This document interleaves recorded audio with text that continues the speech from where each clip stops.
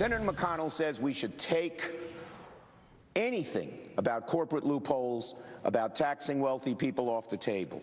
His my way or the highway approach is what is standing in the way of getting an agreement. I think the path forward, as several of my colleagues have indicated, seems to be blocked by an insistence on raising taxes in the middle of an economic slowdown. This is the same president who argued in December, just like we did, that it was a terrible thing to do. Today, Democrats like Chuck Schumer naming names, saying Senate Minority Leader Mitch McConnell is to blame for the impasse that they are at in the negotiations over the increase of the debt ceiling. Again, August 2nd is the date. We're heard it may float a day or two, but that's when it has to be dealt with by then, according to the Treasury Department. Let's bring in our panel tonight. Juan Williams, columnist with The Hill. Susan Ferrechio, chief congressional correspondent for the Washington Examiner, and syndicated columnist Charles Krauthemmer. Susan, let's start with you. It seems like it's more pointed today, naming Mitch McConnell, talking about this. Where do we go from here if this impasse continues? Well, there's some wiggle room. They're not really saying it out loud, but when you're talking about some of these loopholes like the taxes on corporate jets and taxes for big oil companies, I think these are areas where you're going to see the Republicans going along in the end. The problem is those tax cuts don't amount to anywhere near the amount of cuts that you're going to need to get a big plan like this through the House, because the House, of course, is dominated by Republicans, many of them here through advocacy of the Tea Party, so they're not going to go for anything that's fewer than $2 trillion. Most of them want more than that. So the kind of tax agreement that the two sides will probably, settle on won't amount to anywhere near the amount of cuts they actually need in the end. And that's where you're running into the problem right now. To get the big money, the big savings, to really make a dent in the deficit, Democrats are calling for, tax hikes that will bring in hundreds of billions of dollars. But of course, Republicans aren't ready to agree to anything like that. And they won't be either. Juan, when you have Senator Joe Lieberman, an independent who caucuses with the Democrats, coming out today with this plan on Medicare with Senator Tom Coburn, and Lieberman saying, if we do nothing, Medicare will go broke and take our government down with it. I mean, that's a powerful statement from even somebody like Lieberman, who's on the conservative side, obviously, of the Democratic caucus. It's a very powerful statement, but I think it's one that's been clear to most people who've been looking at this issue for some time. Something has to be done about Medicare. Something has to be done about Medicaid, which is also ailing. And something has to be done about Social Security. In general, entitlement reform is foremost in the minds of anybody who's looking at the size of the budget deficit. The problem right now is that both sides, I think, are playing a game of chicken. Both sides think, you know what, August 2nd's not here yet. Why should we put our best deal forward? It'll do nothing but invite the other side to pillory us. So you predict possibly a deadline of August 1st, like we had with the talks in December, where we were here until the last night? Yeah, and it's craziness. And, the whole notion of building confidence, not just in part of the consumer, but in part of business, it's just totally depleting that confidence to say we don't know what's going to happen with this deficit deal. It's hurting everybody. Right now, President Obama's numbers, as you may have noted during the broadcast, on the economy are his worst. But you know what? You look at the numbers for Republicans, they're even worse, Republicans in Congress, even worse than the president's. President Obama, speaking of him, traveled to Iowa today. Iowa, of course, is a focus for a lot of Republican candidates, but he was speaking about manufacturing jobs and trying to stimulate the economy there. A big part of our future has to be a robust and growing manufacturing sector. We've got to make things right here in America.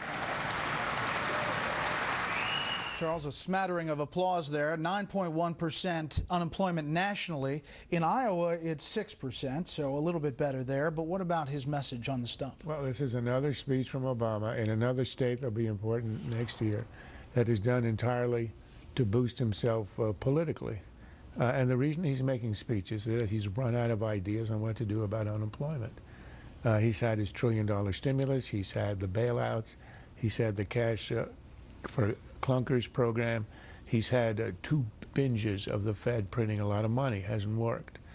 A few weeks ago, Paul Ryan asked the head of the CBO to give the numbers for the debt numbers for the Obama alternate framework which he offered in the speech April the 13th. And Elmendorf responded immortally, "We don't estimate speeches." And that'll be the epitaph of the Obama administration. We don't estimate, meaning we don't put numbers on, even try to score. We don't take seriously speeches that are all about effect, not about substance, all about generalities with no reality, economic reality underneath. Speeches are essentially done to attack the Republicans, and in the end, speeches intended to get Obama reelected next year so he can make more speeches on the economy in his second term. Which, Susan, it makes this environment of these negotiations very interesting because obviously the administration is concerned about the economy, and if they risk it deteriorating by this pushing up against this deadline, that's one thing. Flip that around, Republicans have to risk losing potential voters out there getting letters in the mail about Medicare and veterans benefits. My view is neither side wants the debt ceiling to be crossed, and both sides want a deal. And it really is, like Juan said, a game of chicken, of finding something that's not going to push Democrats too far one way or Republicans too far the other. And the question is going to be, what is that deal going to be? Now, Republicans want Obama to get involved and put his own plan on the table because, you know, he's been vague, as Charles was saying, but he's being vague here in the debt talks as well. They want, what's your plan, is what the Republicans are asking. And so they're putting that kind of pressure on him to see if he can come up with a solution. He hasn't so far.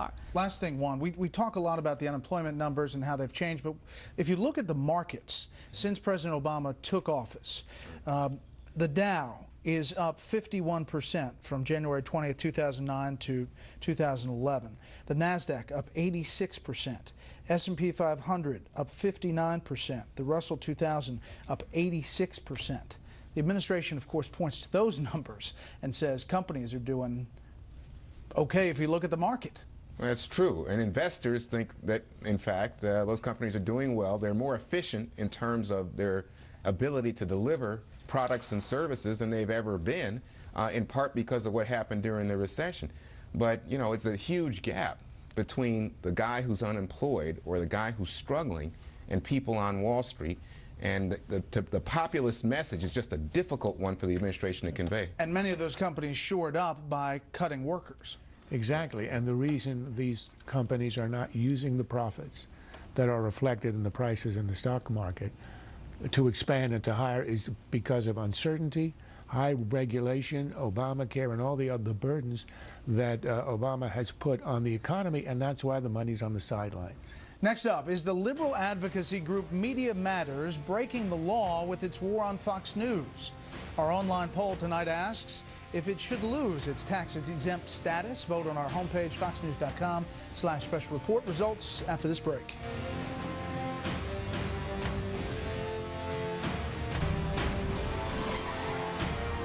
You may advocate a particular point of view, and you may do so strongly, but you can't have it just be unsubstantiated opinion, and you have to be reasonably objective about the way you present your views. When you start to accuse Fox News of being the spokesman for the Republican Party and the Republican Party, which is demonstrably false, there's no basis for that.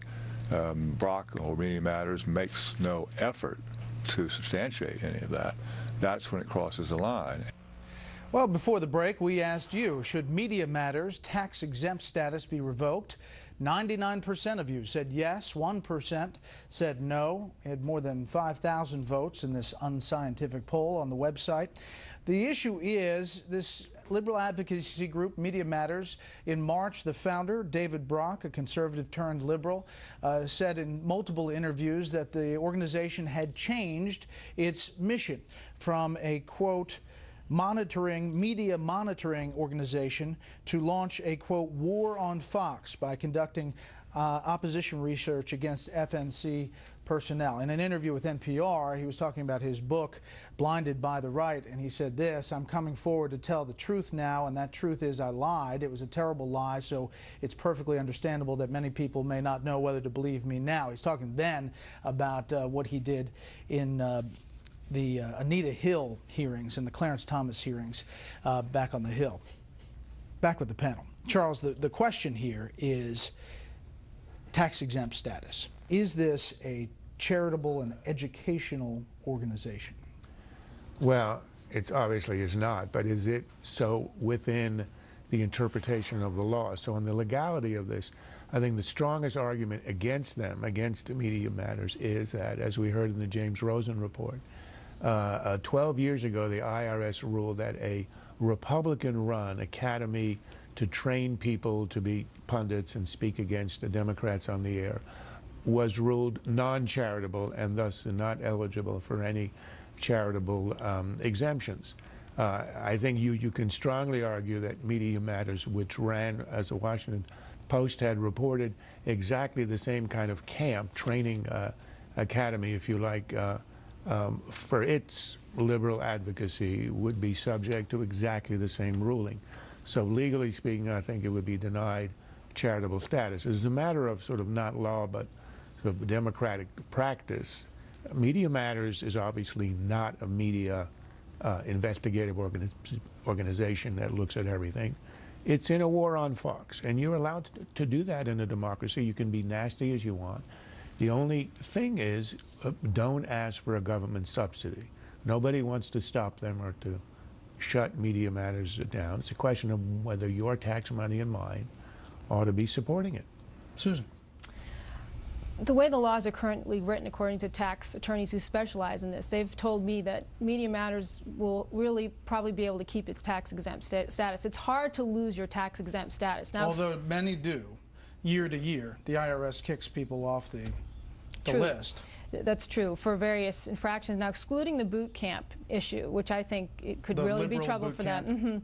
Based on what Charles was just saying, that the law is written so the laws are written broad and wide, and they allow groups like this to exist. There are groups who exist solely to take down the Humane Society because they think they're trying to turn everyone into a vegetarian, or who go after MAD because they think that's, you know, prohibition that they're trying to put in place through these the interlock devices that you put on the car if you're caught drunk driving. So there are lots of groups like this that exist. The question is whether the tax code should be written differently, more narrowly, and whether the donors should have to disclose themselves after they give a certain amount of money. There's a big question about whether that should change. Quickly, Juan. Well, I just think that when you see George Soros funding this and you understand they've declared a war on Fox, are engaged in something so nefarious as opposition research on people who work at Fox and Fox executives, then you understand they're out there to defame Fox. They say they're in a war on Fox, and yet at the same time they're asking for government support. I can't put the two together. Susan may be right about the legalities, but I think that's going to be a major legal fight. That is it for the panel, but stay tuned to see a unique response to an Obama campaign contest.